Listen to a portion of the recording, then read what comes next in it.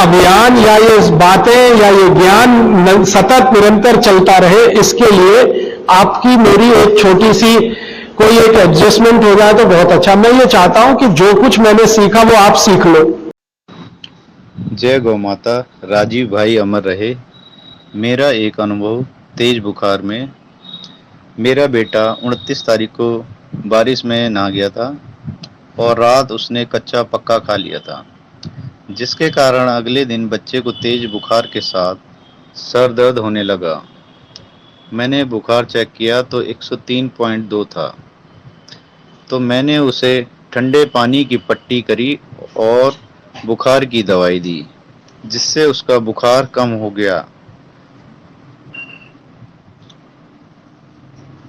फिर मैंने बच्चे को सर दर्द के लिए एनिमा दिया, जिससे बच्चे का मोशन आ गया और सर दर्द कम हुआ। 3-4 घंटे के बाद बुखार फिर से तेज हो गया। फिर दवाई दी, पर बुखार 100 से नीचे नहीं हो रहा था। अगले दिन भी बच्चे का बुखार शाम तक 101, 102 तक बना रहा। फिर बच्चे के हाथ पैरों में दर्द होने लगा और मुंह में छाले हो गए थे। फिर मैंने गोविंद जी से फ़ोन पर बात की और बच्चे की तकलीफ बताई। गोविंद जी ने होम्योपैथिक और आयुर्वेद की दवाई बताई।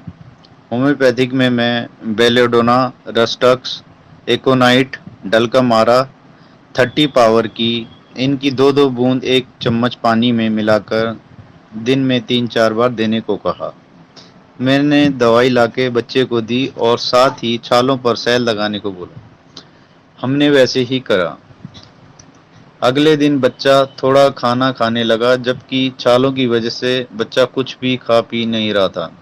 बच्चे के हाथ पैरों में दर्द बता रहा था और बच्चा चल भी नहीं पा रहा था। पैरों में जान तक नहीं रही हो जैसे। होम्योपैथी की दवा से बच्चे का बुखार तो कम हो गया था 99.5 के से, और 100 तक बीच में ही रहा। बच्चा बहुत कमजोर हो गया था और चल भी नहीं पा रहा था।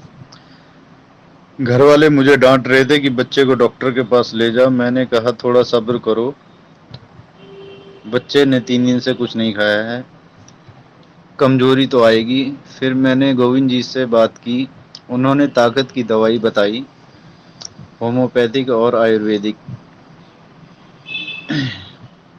तो मैं होम्योपैथिक की BC28 की टैबलेट जो देनी थी, 2-2 गोली 3 बार दिन में। Alpha alpha, avena sativa, ginseng, ashwagandha, इनकी मदर टिंचर की 5-5 बूंद चौथाई कप पानी में मिलाकर तीनों टाइम देने के लिए बोला। हमने वैसे ही किया। और सरसों के तेल में लहसुन, मेथी दाना, बड़ी इलायची, काली मिर्च, दालचीनी का तेल बनाकर लगाने को कहा और वैसे ही किया। अगले दिन मालिश करके बच्चे को धूप में बैठाया और बच्चा नहाने के बाद 2-3 घंटे के बाद चलने फिरने लगा। आज 3 तारीख को बच्चा बिल्कुल स्वस्थ है और खा पी रहा है। गोविंद जी का बहुत बहुत धन्यवाद। दोस्तों, थोड़ा सब्र और थोड़ा भरोसा होना बहुत ज़रूरी है। अगर मैं ये नहीं करता तो बच्चे को हॉस्पिटल ले जाता, तो वही जो होता है, बहुत सारे टेस्ट और एक लंबा चौड़ा बिल। इस दौरान मुझे और मेरी मम्मी को भी बुखार और सर दर्द हुआ।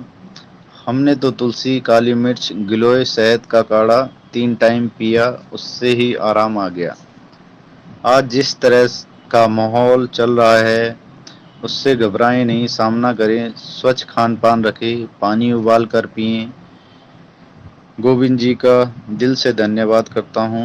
आज हमारा परिवार बिल्कुल स्वस्थ है। जय गौ माता।